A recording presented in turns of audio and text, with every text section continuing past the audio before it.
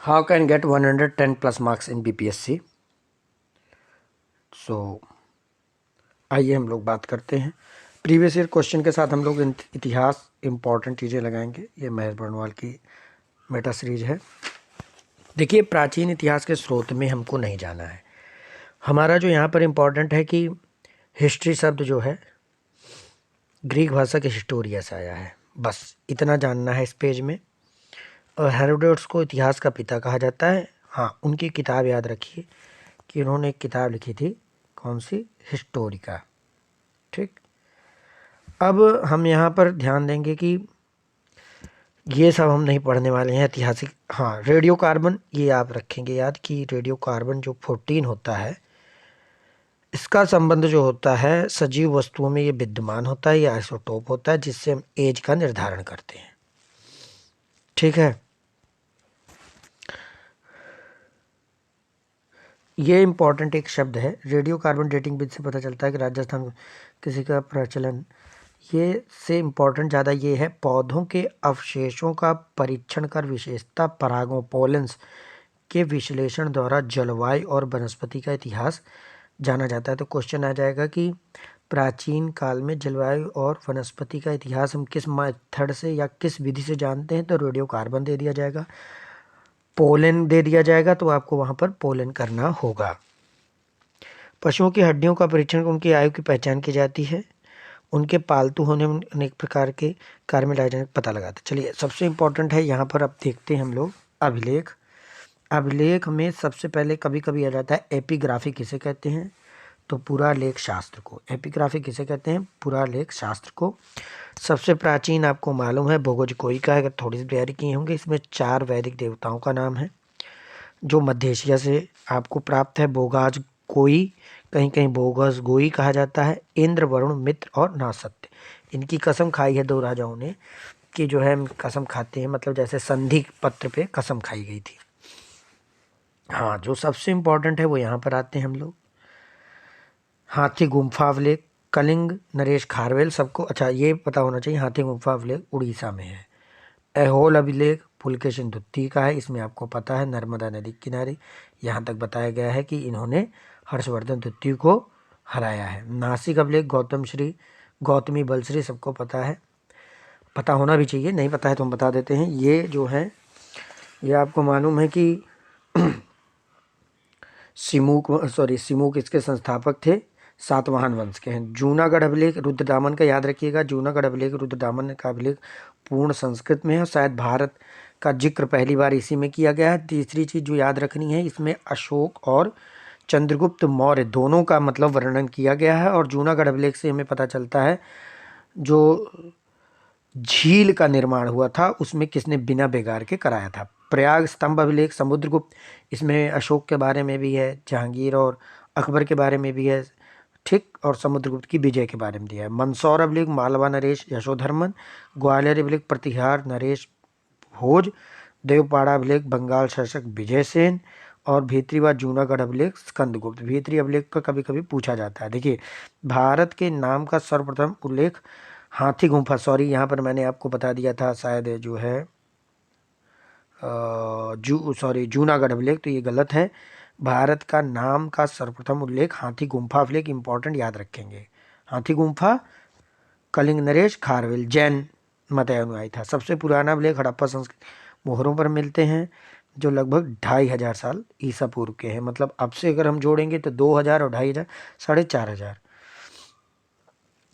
यहाँ पर ये बहुत इंपॉर्टेंट नहीं है। हाँ, अशोक के शिलालेख को किसने पढ़ा था? जेम्स प्रिंसेप ने, ठीक। ब्राह्मी लिपि अशोक के अधिकतर शिलालेख में है। बाएं से दाएं खरोष्टी अशोक के कुछ शिलालेख हैं। दाएं से बाएं यूनानी एवं आर्मेक लिपि पाकिस्तान अफगानिस्तान में अशोक के जो शिलालेख मिले हैं उसमें ये मिले हैं। चलिए, अब बात कर लेते हैं हम सिक्कों की। तो यहाँ पर सिक्कों के अध्ययन को न्यूमिस्मेटिक्स कहा जाता है। जैसे एपिग्राफ किसे कहा जाता था? पुरालेख। ये हमारे लिए इम्पोर्टेंट है। सिक्कों पर लेख एवं तिथियों का उत्कीर्ण करने की परंपरा सर्वप्रथम यूनानी शासकों ने प्रारंभ की थी। ये इंपॉर्टेंट है आपके लिए। भारत में सर्वाधिक सिक्के मौर्योत्तर काल की बात कर रहा है, मौर्यों के बाद, जो विशेषता शीशे पोटिन तांबे का से चांदी और सोने के निर्मित थे। गुप्त शासकों में सबसे अधिक सोने के सिक्के और सर्वाधिक सोने के शुद्ध सिक्के कहेगा तो कुषाण, और सर्वाधिक सिक्के कहेगा तो गुप्त। सातवाहन शासकों ने, सबको पता है, शीशे के सिक्के चलवाए थे। चलिए, 3 प्रकार के चित्रकला का बाद में बात करेंगे हम। और चित्रकला में हमें अजंता के चित्रों में मानवीय भावना, सुंदर, ये सब नहीं हमें देखना है। अभी हम लोग चलते हैं। अब जो इम्पोर्टेंट है मैं वही बताऊंगा। हड़प्पा मोहनजोदड़ो से प्राप्त मोहरों से उनकी धार्मिक आस्थाओं का ज्ञान होता है। बसाड़ से प्राप्त मिट्टी की मोहरों से व्यापारिक श्रेणियों का ज्ञान होता है। तो याद रखेंगे, बसाड़ से अगर आपसे पूछेगा कि प्राचीन काल में व्यापारिक श्रेणियों का ज्ञान हमें कहाँ से होता है, तो बसाड़ अगर आ जाएगा तो ये आपको ऑप्शन में दिखाता रहेगा। साहित्यिक स्रोत की बात करते हैं तो सबसे इम्पोर्टेंट हमारे वेद है, जिसमें ऋग्वेद है। ऋग्वेद हमारा लगभग अभी से जोड़ा जाएगा तो लगभग 3500 साल पुराना है। विश्व की सबसे प्राचीनतम पुस्तक है। अब ऋग्वेद जो है उसमें हम लोग आते हैं, इसका उपवेद आयुर्वेद है। ये आप कंफ्यूज ना करिएगा कि अथर्ववेद में आयुर्वेद जादू टोना बताया गया है। नहीं, ऋग्वेद का उपवेद आपसे पूछा जाएगा तो आयुर्वेद है। यजुर्वेद का उपवेद धनुर्वेद है। सामवेद का उपवेद गंधर्ववेद है। और अथर्ववेद का उपवेद शिल्पवेद है। वेदांग जो है ये इम्पोर्टेंट है। इसके 6 भाग हैं, ये याद रखिएगा। वेदों का अर्थ समझने व सूक्तों का सही उच्चारण करने के लिए वेदांग की रचना की गई। चलिए, शिक्षा 6 वेदांग हैं। वैदिक शब्दों के शुद्ध उच्चारण हेतु, ये आज के एजुकेशन एजुशियर एडुकियर वाला नहीं। कल्प, वैदिक कर्मकांडों को संपन्न कराने हेतु विधि व नियम।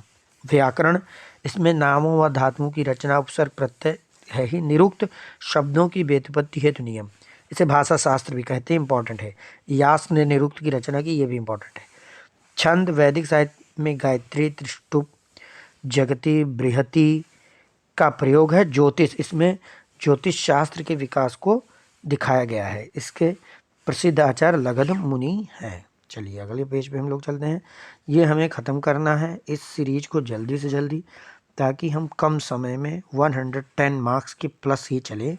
और देखिए, बीपीएससी में सबसे इम्पोर्टेंट है आप इतिहास को, पर्यावरण को, विज्ञान को, और साथ ही साथ जो है करंट और पॉलिटी को।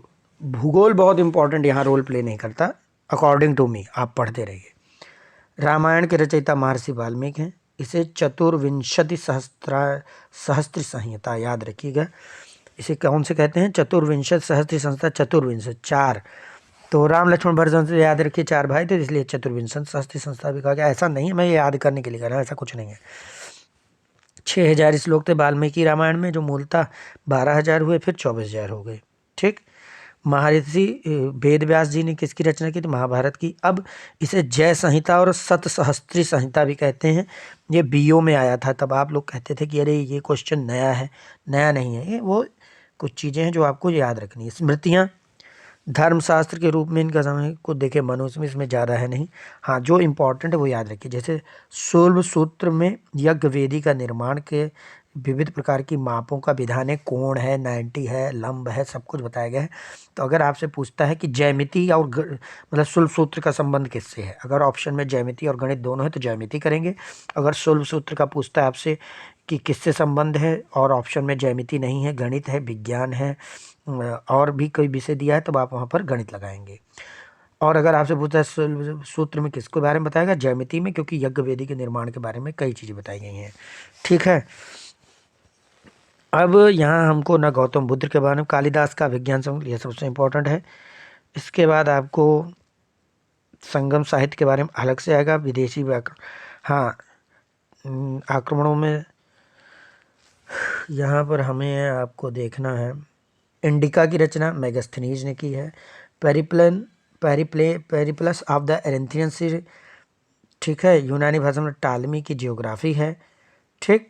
पेरिप्लस ऑफ द एरेंथियन सी, ये 80 ईस्वी से 115 ईस्वी तक अज्ञात लेखक ने कई बार मिला गया है। इसमें लाल सागर, फारस की खाड़ी, हिंद महासागर में होने वाले रोमन व्यापार का वृत्तांत है। पिलानी की नेचुरल हिस्टोरिका ईसा की पहली सदी में लिखा गया है। यह लैटिन भाषा में, इसमें भारत इटली के मध्य। तो नेचुरल हिस्टोरिका आएगा पिलानी, ठीक है। पेरिप्लस ऑफ द एरिथ्रियंस आएगा तो अज्ञात लेखक। जियोग्राफी आएगा तो टालमी, ठीक। इसके बाद हमें जो है फाहियान की जो किताब है वो कब आया था? चीनी शासक था चंद्रगुप्त। कौन से गुप्त शासक? विक्रमादित्य। यहाँ मौर्य की बात नहीं हो रही है यहाँ, इसीलिए आप कंफ्यूजन नहीं करेंगे, दोनों ही ऑप्शन में आएगा।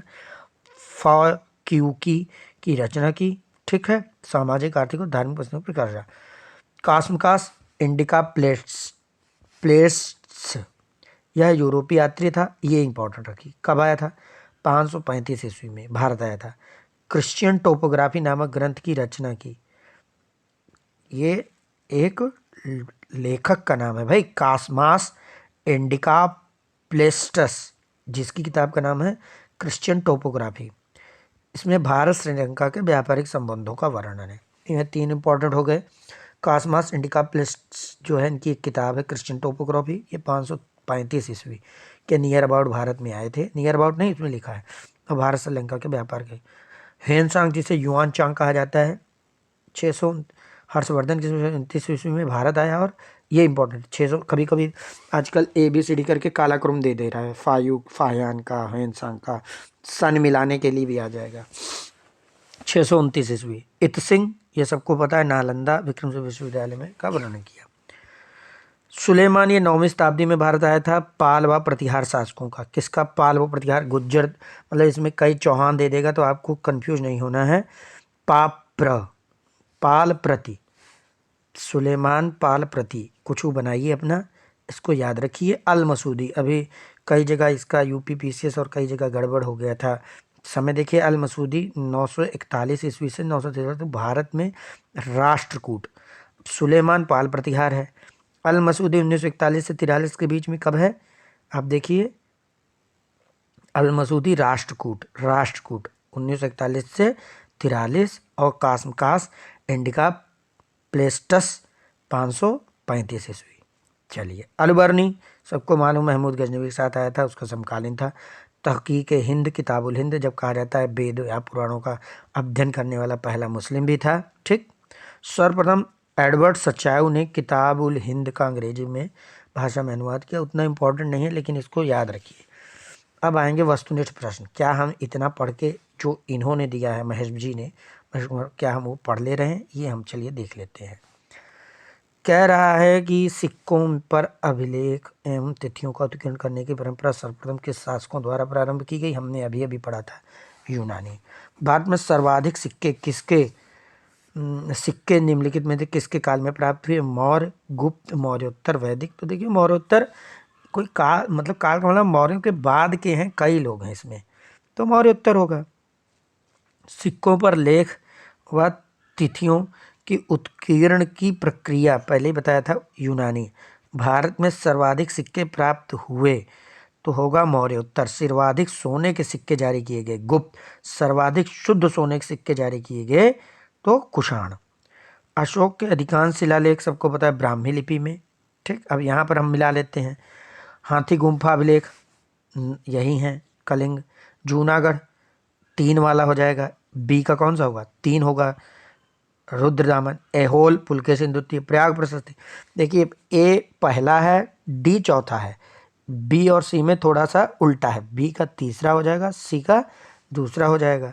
चलिए देख लेते हैं। ये देखिए, ए का 3, हाथी गुम्फा अभिलेख ये सॉरी, मैं वहाँ देख रहा था। ये आप देखिए, हाथी गुम्फा ए का वही है।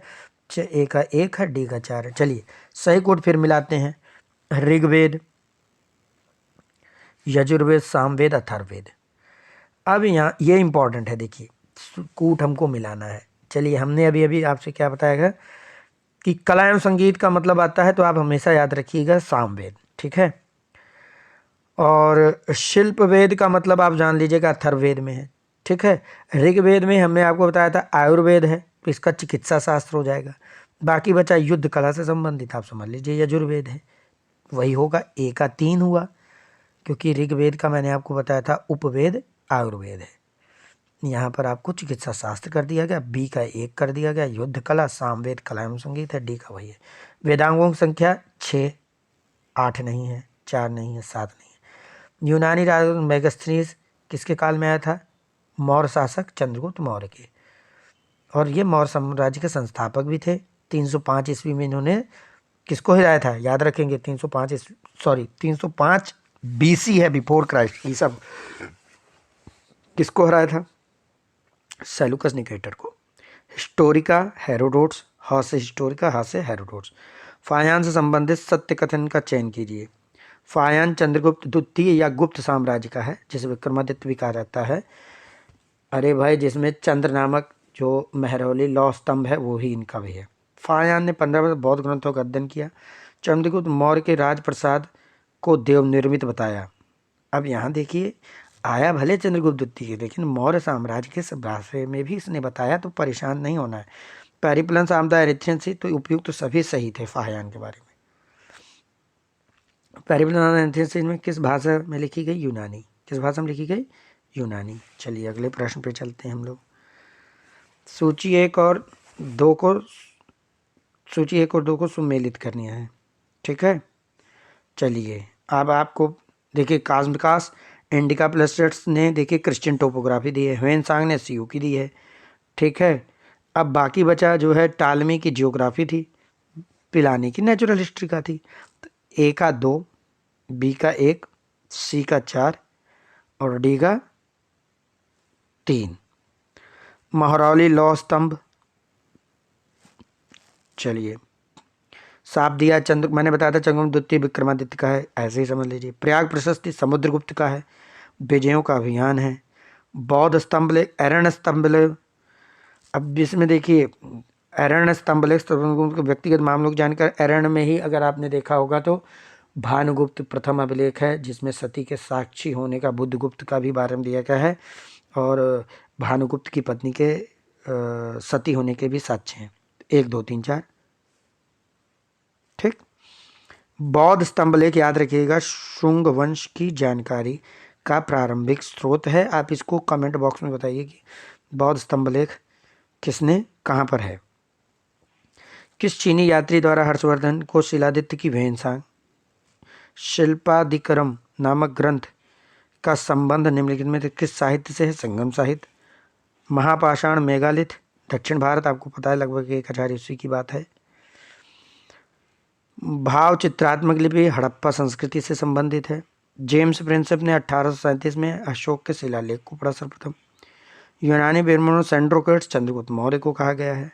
सती प्रथा का प्रथम उल्लेख अरण्य स्तंभ लेख, अरण्य ही तो था, ये देखिए मैंने जहाँ कहा था आपको, ये देखिए अरण्य स्तंभ लेख, ये बहुत इंपॉर्टेंट है। निम्नलिखित के स्तंभ लेख में माहेश्वर समुदाय का उदिताचार्य का वर्णन होता है। ये आपसे कहेगा मथुरा स्तंभ लेख, तब आप कहेंगे अरे ये तो नया नया था, हम तो जान ही नहीं पाए, ठीक। तो माहेश्वर समुदाय के उदिताचार्य का विवरण कहाँ मिलता है? मथुरा स्तंभ लेख। गरुड़ स्तंभ लेख का स्तंभ में सत्य विकल्प को चुनिए, उपयुक्त सभी है। गरुड़ स्तंभ लेख का संबंध सतर्कता, आत्म